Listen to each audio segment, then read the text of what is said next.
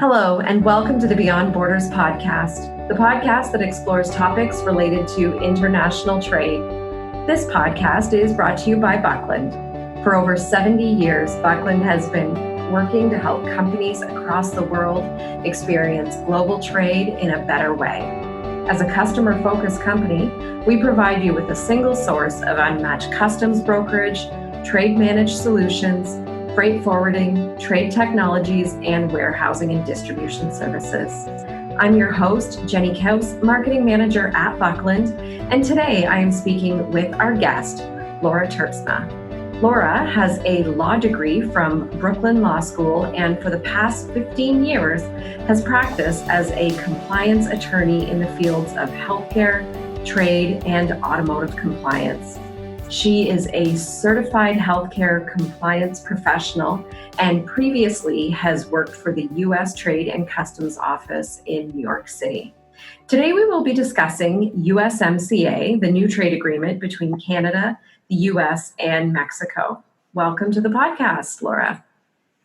Thanks for having me. It's great to have you. So I just mentioned the phrase USMCA as the trade agreement by Canada, the US, and Mexico. And that's the name that you'll hear us kind of using today as we talk about this. But it actually stands for, when we kind of spell it all out, the United States-Mexico-Canada Agreement. As you may also know, in Canada, it is known by a slightly different acronym, which we're calling CUSMA, or CUSMA. And that stands for the Canada-United States-Mexico Agreement. And then just to further complicate things, we have yet another name in Mexico, and they are using T-MEC, so T-MEC. And I'm not going to say it in a Spanish accent, but I'll just tell you what it is. And it's Tratado entre Mexico, Estados Unidos y Canada. So it's kind of saying the same things in all the language, but everybody's putting it in the order with their own country first. So that's a bit of a difference, but it's something that some people may have seen out there, and I'm sure, Laura, you've seen this too, with the name being used differently, and I know that it has caused a little confusion. So I just wanted to, off the hop, clear that up so that with that in mind, we can kind of get down into talking about that. So Laura, I'm wondering if maybe the best place for us to start on this is kind of how we got to where we are. So, I mean, obviously before this we had NAFTA, but where did we kind of get to where we're at today?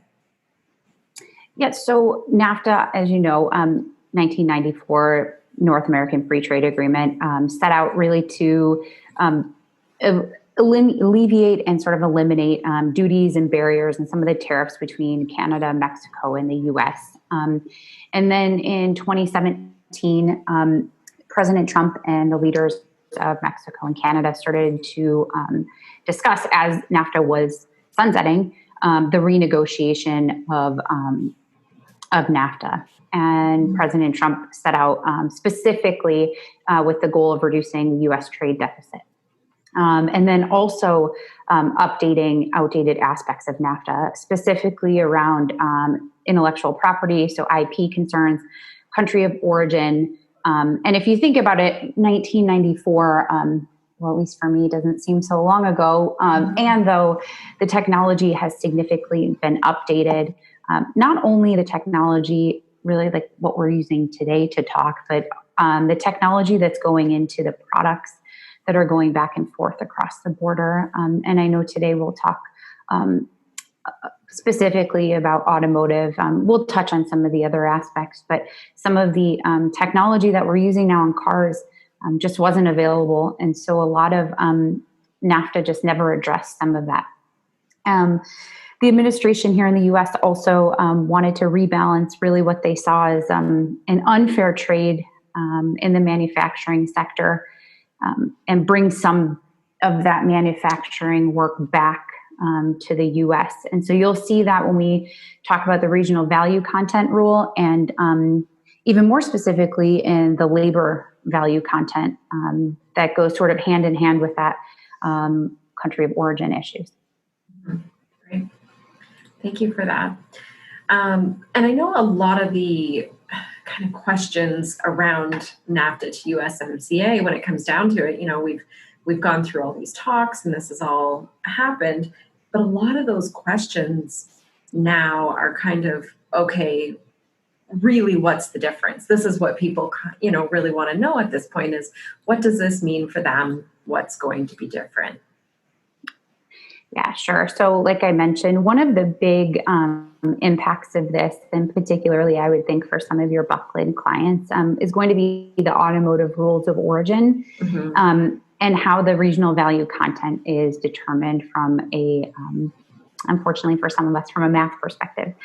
So there are calculations that were utilized in the NAFTA GN 11, General Note 11, mentioned a lot of the prior calculations, and that regional value content calculation has changed. First and foremost, that has changed that the North American content must be 75%. So that's a pretty significant jump up from what it was under NAFTA, which was 62.5%. Yeah, it is. And the calculation methods also now can be utilized in two separate formats. So we'll get into that, but there's two different value propositions of how you get to that 75%. The other thing that's pretty significant, and this was part of Trump's election campaign, really, was that steel and aluminum has to come back to the U.S. A lot of that work was sent out. And so they're requiring that 70% of all steel and aluminum in the production of a car must originate in North America. There are also some chemical and fiber optic requirements that were upped in the new USMCA. Okay. So, and that will impact vehicles. And like I said, chemicals, glass, fiber optics. And then only producers really using significant and sufficient North American parts are going to get the preferential either free trade or lowered preferential tariff treatment. And then the last part of this is that the required labor content, this is a huge change. I almost think this might be bigger impact to some of your clients than the 75% content is the wage requirement. So in the US, the wage requirement is going to be $16 an hour for 40% of the car. And that goes back to that labor content that I was discussing a few moments ago. In Canada, that equates to about $21 an hour, a little less. And in Mexico, it's about $305. And so that's going to be a significant shift, I think, for some of the manufacturers and suppliers as they start to make their goods and bring them back and forth across the border. Yeah. And then like 40% of the car and 45% for the light truck. And there is a phase-in requirement. They have the 2020 and the 2021 set. Oh, okay. And so we'll discuss that a little more in depth. But, and I thought that was interesting that it was different for cars and light trucks. Yeah, and I think part of that is because the vehicles, like for a car, you're going to have different components than a light truck. And for some of the light truck components, and obviously for the heavier trucks, you're going to have more manufacturing being done. And so that 45%, I think, is equivalent to that was done in the negotiation section. Yeah. Okay, great. And I know one of the other big changes was around dairy market access as well. So I was wondering if you could tell us a bit about that. Yeah, so I think this is somewhat interesting. Dairy market and agriculture really isn't my purview. And Sure. though I think it was kind of put in on the back end in the negotiation phase of this. But simply put, the U.S. was able to gain more access to Canada's dairy markets, which could be good for both. The U.S., I know dairy industry heavily lobbied against this to keep some of that here. And the Canadian, obviously, dairy market was very interested in us being able to buy goods across the border. And then because of that, Canada was able to increase exports of dairy, peanuts, and sugar to the U.S. That will be significant I think in the US from an economic perspective, primarily because of how much the US uses corn in creating high fructose corn sugar for a lot of products. So if we can obtain sugar cheaper in Canada, then we might not be buying as much corn here, which then obviously has its own economic impact. Absolutely. And you did mention earlier some other things, and I'm wondering if we could kind of talk as well about intellectual property, because I know that that was a big one as well. Yeah, so probably two of the biggest aspects of IP, intellectual property, is the increase from 8 years to 10 years for the time that a pharmaceutical company can maintain a patent. So why this is so important is pharmaceutical companies spend the majority of their R&D, their research and development, on obtaining patents. And so then once you obtain a patent, you then can be the sole seller of that product for however long you have the patent.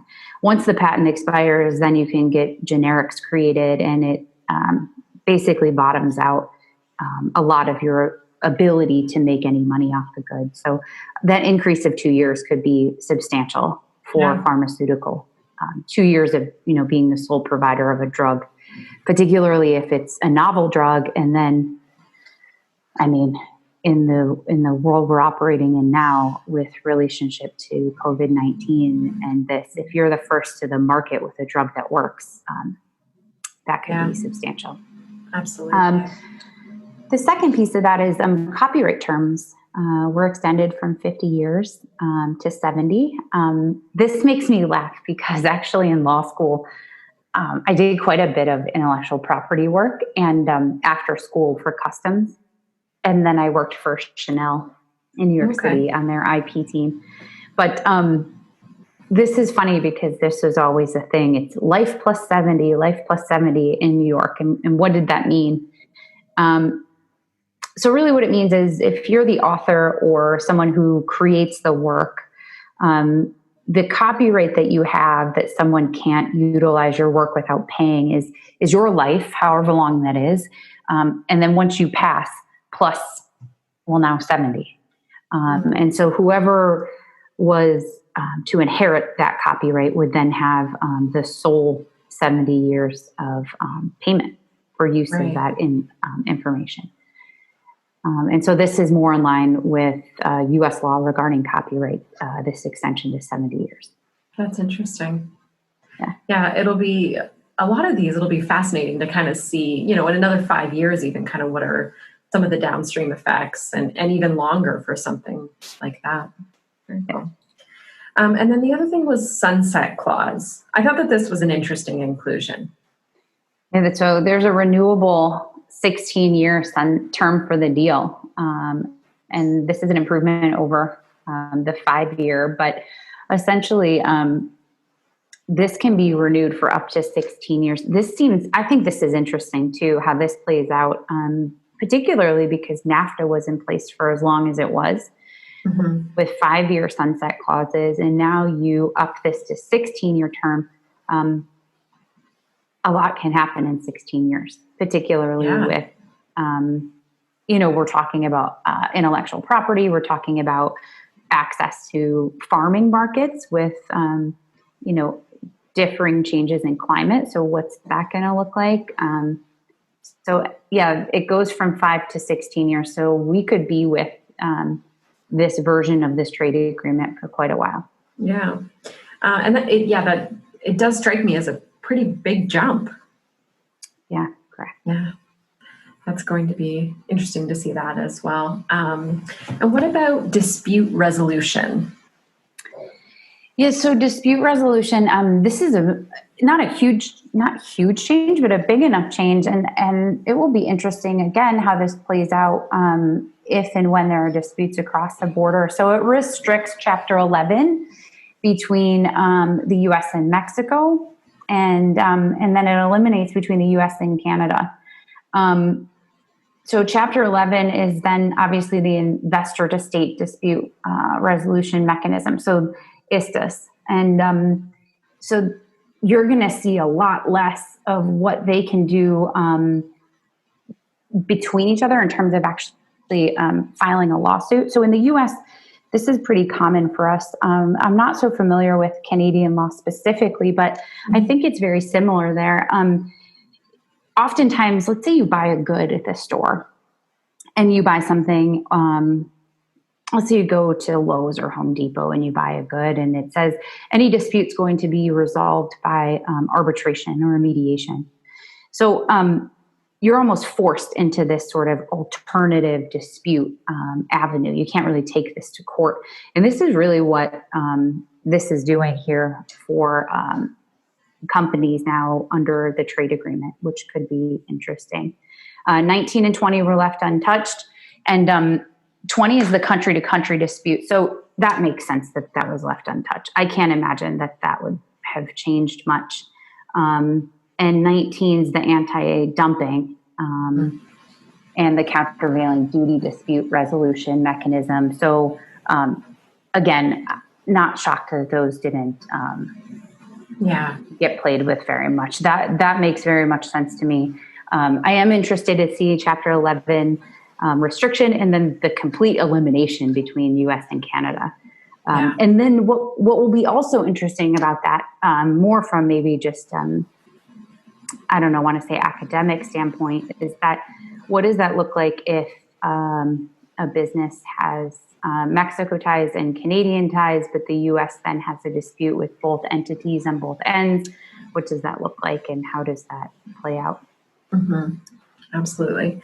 And we mentioned there anti-dumping and countervailing duties. And if you're listening to this and this is something that you want to learn more about, we do have a podcast and a webinar, on-demand webinar on that topic. So do check that out if you'd like to learn more about that. And then the one other thing I wanted to mention here was the certificate of origin.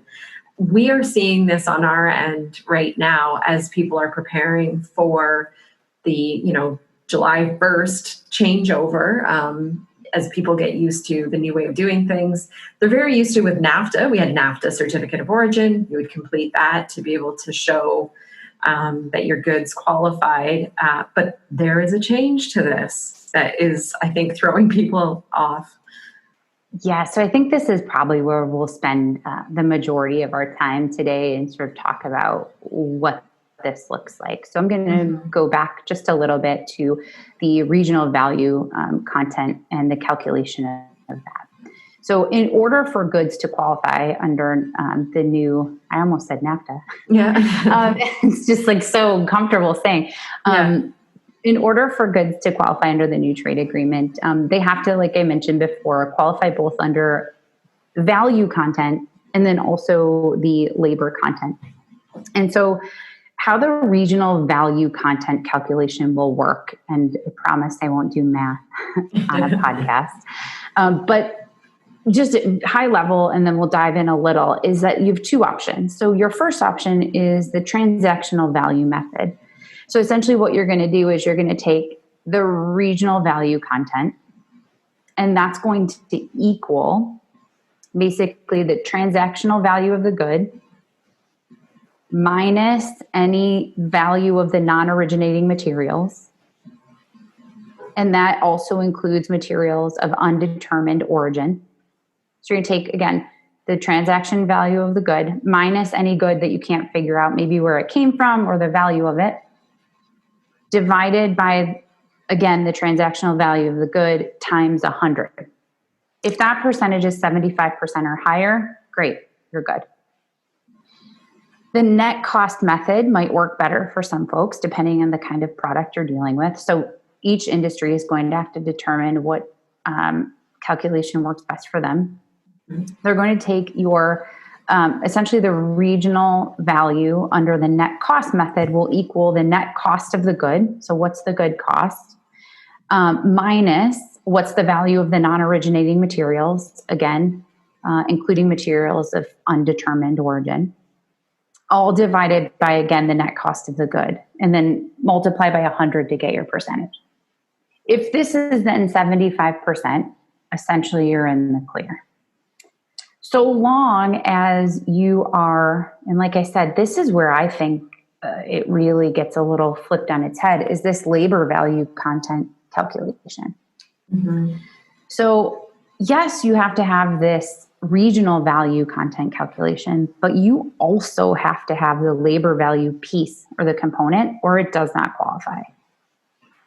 So for 2020, 30%,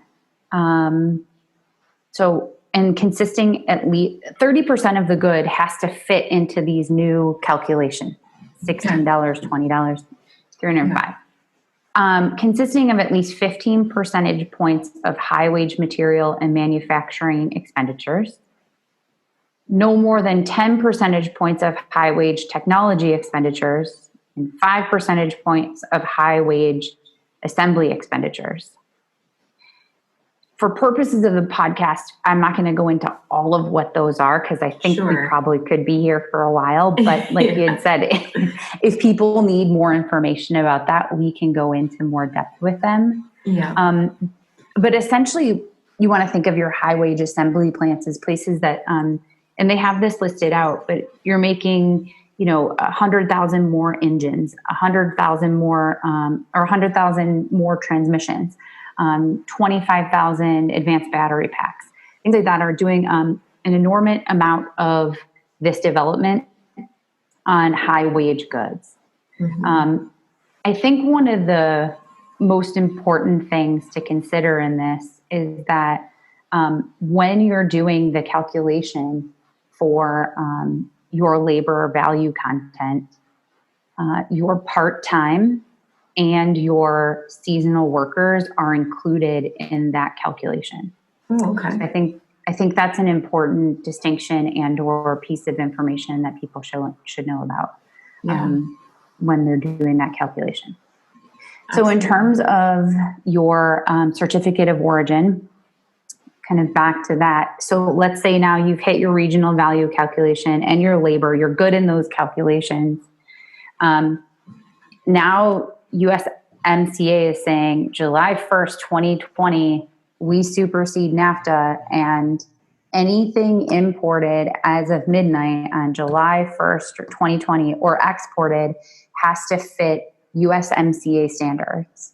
There's no sort of like sunsetting out or anything. It is like hard and fast July 1st. Right.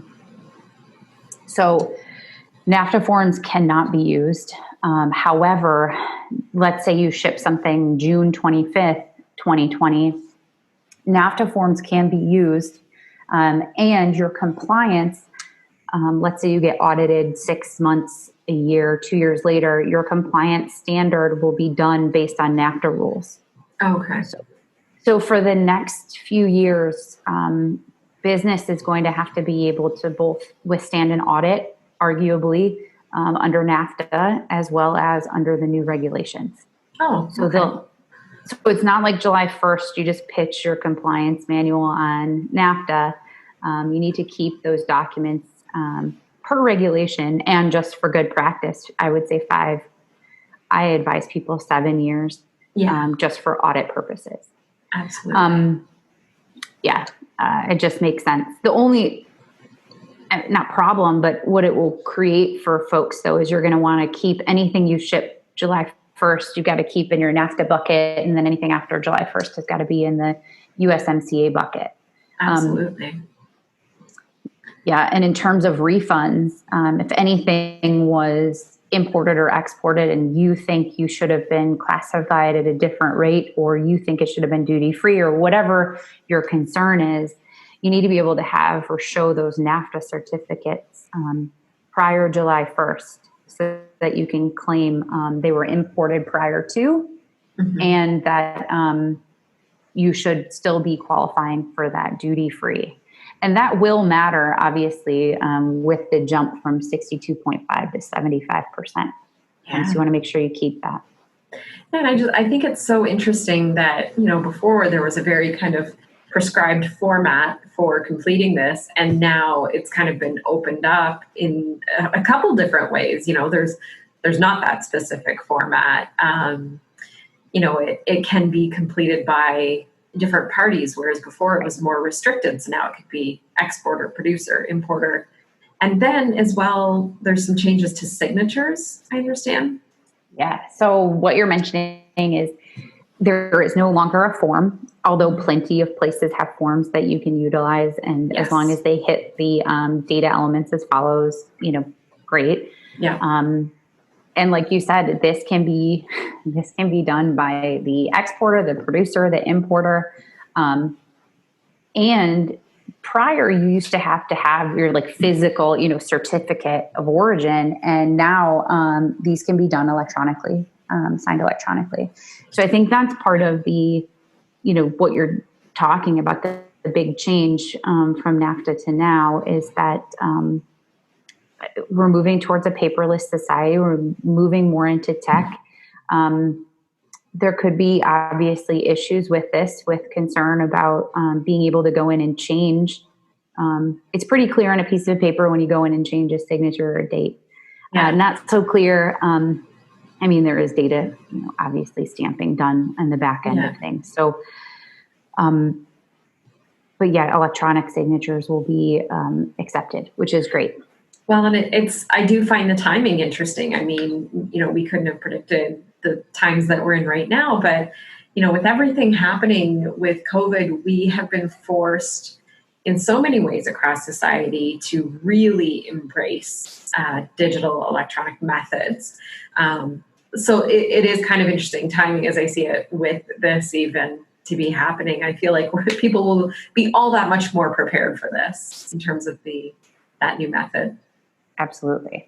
And it makes sense. When you look at 1994 versus now, there's going to be some big changes there. So, when you think about that 16-year sunset clause, I can only imagine by that point what things will look like. Yeah, the change from now to then. Mm-hmm.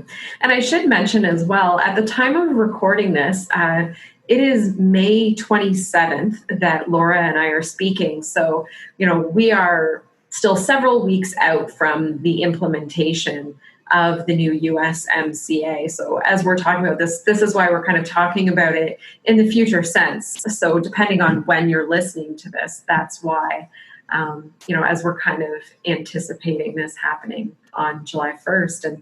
And that's the interesting thing too, is I think it's important that you said is, it really is that hard line, on the last day in June and then the beginning of July, where that's just going to switch right over.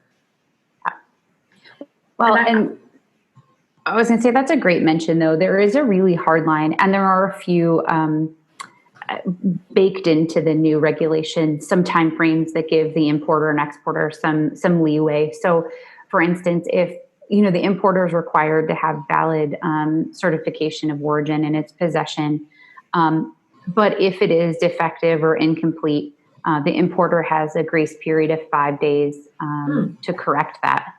So that's baked in. And the importer, it specifically says, won't be subject to penalties here in the U.S. under 19 U.S.C. 1592, so long as it corrects its declaration within 30 days of discovery. So that isn't even 30 days of importation. That's 30 days of discovery of a wrong classification. So it could be longer than that 30-day period. Great.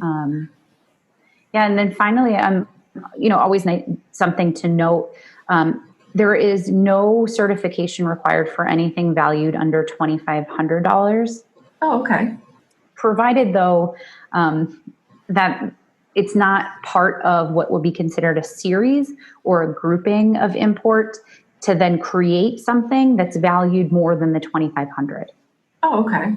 So you couldn't, say I'm going to import a microscope or something, I don't know, and then you're going to say, well, the lens is $1,800 and the base is $500, and but then when I put the microscope together, it's worth $8,000. You have to just be careful of that you're not importing pieces and then assembling to forego any sort of certificate and or tariffs. Right. Not a great way to go around that. No, not at all.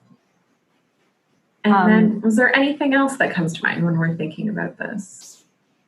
No, I just really think, I know, in the news, and I think it's easy for the news to pick up on pieces of this, particularly when it was being negotiated, that are soundbitey. So I know a lot of focus was done on the 62% to 75%.